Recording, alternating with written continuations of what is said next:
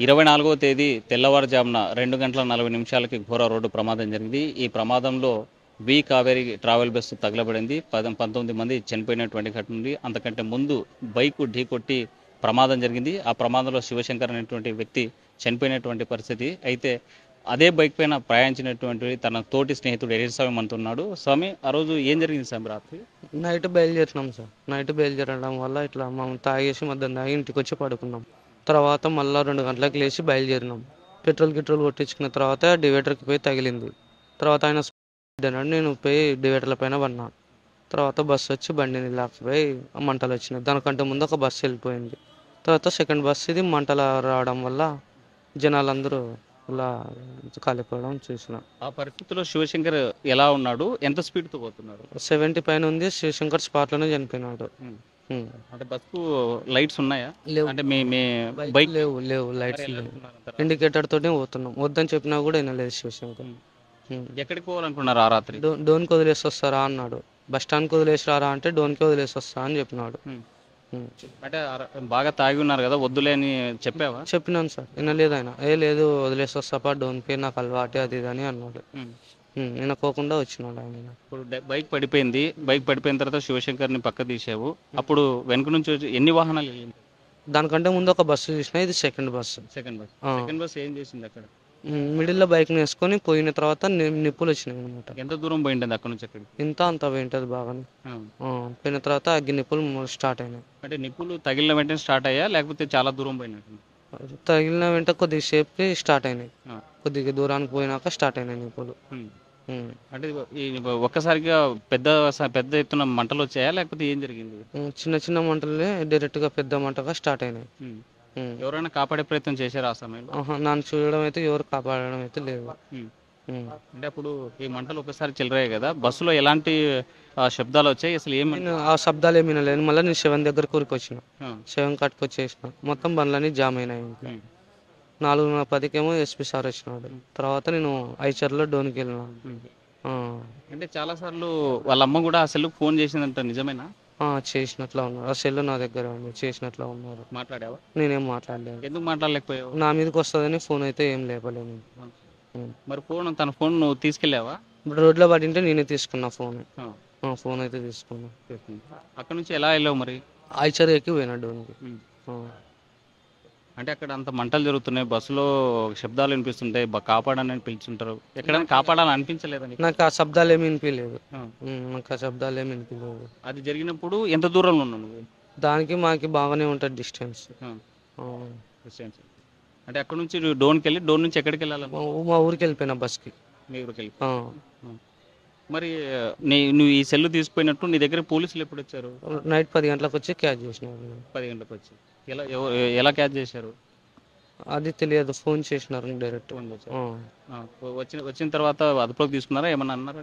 ఎవరేం కొట్టలేదు. అడిగినారు ఇది మొత్తం ఏం జరిగింది అది అని మొత్తం చెప్తూనే ఉన్నారు. అంటే పోలీస్ స్టేషన్లో నువ్వు ఏం చేసావు?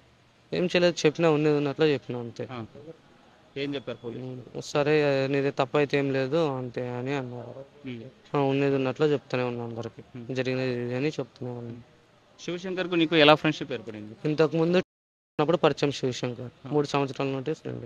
అంటే 3 సంవత్సరాల నుంచి మీరు టీవీ9 కాలనీలో ఉన్నారు అక్కడ ప్రజానగర్లో? ఒక 2 నెలలు అంతే ఉన్నాం. 2 నెలలు ఇక్కడ పరిచయం. అంటే తను ఏం పని చేస్తాడు, నువ్వేం పని చేస్తావు? ఆయన గౌండా పని పోతే నేను హైదరాబాద్లో ఉంటా. హైదరాబాద్లో ఏం పని చేస్తావు? జడ్జెస్. మరి ఆ రోజు ఎందుకు వచ్చావు ఇక్కడ కర్నూలుకి? నేను పెళ్లికి వెళ్ళాలని వచ్చిన. ఎవరు పెళ్ళి? ఫ్రెండ్ పెళ్లికి ఉంటే వచ్చిన. ఏ సమయంలో దిగా, ఎప్పుడు వచ్చాడు నీ దగ్గర? 5 గంటలకు దిగిన. 7:30కి నా కాడికి వచ్చినాడు శివశంకర్. ఇప్పుడు అక్కడ జరిగినటువంటి ఘటన ఉంది కదా, అందరూ ఎర్రిస్వామి చేశాడు లేకపోతే శివశంకర్ చేశాడు అన్నప్పుడు ఏమనిపించింది? చాలా బాగా చేసింది. మామైతే చేయలేదు ఏది. మామే కింద పడినాం. స్పాట్లో అయినా చనిపోవడం వల్ల నాకేం అర్థమవుతలేదు. ఇక్కడ ఏం చేయాలో కూడా అర్థం కావడం లేదు. అంటే ఫస్ట్ అందరూ అనుకున్నారు వెనుక నుంచి వచ్చినటువంటి బస్సే ఢీకొట్టింది, ఎర్రిస్వామి పక్కన పడిపోయాడు, చనిపోయాడు అంటున్నారు. అది నిజమేనా? లేదు, అంతా ఫేక్. అంటే మీ బైక్కి లైట్ లేదు కదా, ఎలా పోతామనేసి సాహసం చేశారు? ఆయనకి అలవాటేని అంటున్నాడు ఇప్పుడు శివశంకర్కి. సర్లేరా అని చెప్పినాడు ఆయన. నువ్వు కూర్చొని నేను తోలుకోపోతా నేను అని బండి మీద ఎక్కించుకున్నాడు. అంటే మీరు పెట్రోల్ వేయించుకున్నారు కదా, ఎంత పెట్రోల్ వేయించుకున్నారు అక్కడ? 300. అంటే అప్పటికే మనం సీసీటీవీలో చూస్తే పడిపోయే పరిస్థితి ఉంది, చెప్పలేదు ఆగిపోదామని అన్నావు నువ్వు. నేను చెప్పిన అంటే లైట్గా చినుకులు పడుతుండే, ఉమ్, అంటే పోదాంపా చిన్నగా పోదాంపా అని అన్నాడు ఆయనని. ఉమ్. తర్వాత బండి డివైడర్కి తగులుకొని కింద పడినాం.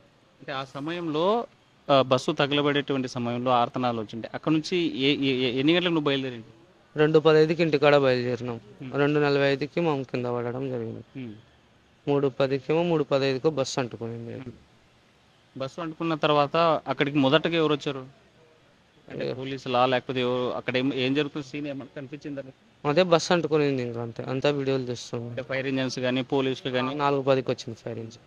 అప్పుడంతా వాతావరణం బాగా రద్దీతో ఉందా? మొత్తం అంతా జామ్ అయిపోయి ఇంక ఎక్కడ బండ్లు అక్కడ జామ్ అయిపోయినాయి మొత్తం. మరి ఇప్పుడు శివశంకర్ వాళ్ళ అమ్మ చెప్తుంది, నిన్నెప్పుడు నేను చూడలేదు, 2 సార్లే చూశాను అని, ఎర్రస్వామి ఎవరో నాకు తెలియదు అన్నట్టు మాట్లాడుతున్నారు. అది నిజమే? నేను పోవడం అయితే ఒకసారే పోయినా వాళ్ళ అమ్మ కాడికి. ఒకసారి చూసింది నేనైతే. నేను పోవడం అయితే T9కి చాలా సార్లు పోయినా. వాళ్ళ అమ్మ చూడడం అయితే నన్ను 2 సార్లే. అంటే వాళ్ళ అమ్మ ఏమంటుందంటే, నా కొడుకుని శివశంకర్ ఎర్రస్వామి చంపేశాడు, చంపి పారిపోయాడు, తగలబెట్టాడు, ఇదంతా చేస్తున్నాడని అంటున్నారు. నిజం? అంతా ఫేక్, అంతా ఏం లేదు, అంతా ఫేక్ అన్న. అంత ఫేక్? అంతా ఫేక్. ఎలా ఫేక్ అనుకోవాలంటారు? ఇందులో నిజమేమి అని? చనిపోతే బండిని ఎందుకు తీసుకుంటా, బండి ఎందుకు బస్సులు అంటుకుంటుంది, మేమెందుకు కింద పడతాం, నాకెందుకు దెబ్బలు తగులుతాయి. అసలు ఎర్రస్వామికి ఒక గీత కూడా పడలేదు, దెబ్బే తగలలేదని. నాకు ఇదల్లా ఇక్కడ తాకినాయి, ఇక్కడ తాకినాయి, ఇక్కడ పడకూడదు. తగిన దెబ్బలేదు ఇవేనా? ఇవే. నేను డివైడర్లోకి ఎగిరిపోయినాను, జంప్ అయిపోయాను. అంటే ఢీ కొట్టినప్పుడు రైట్ సైడ్ పడిందా, లెఫ్ట్ సైడ్ ఢీ కొట్టారా? అంటే రైట్ సైడ్ మిడిల్లో ఉన్న డివైడర్కి ఢీ కొట్టి.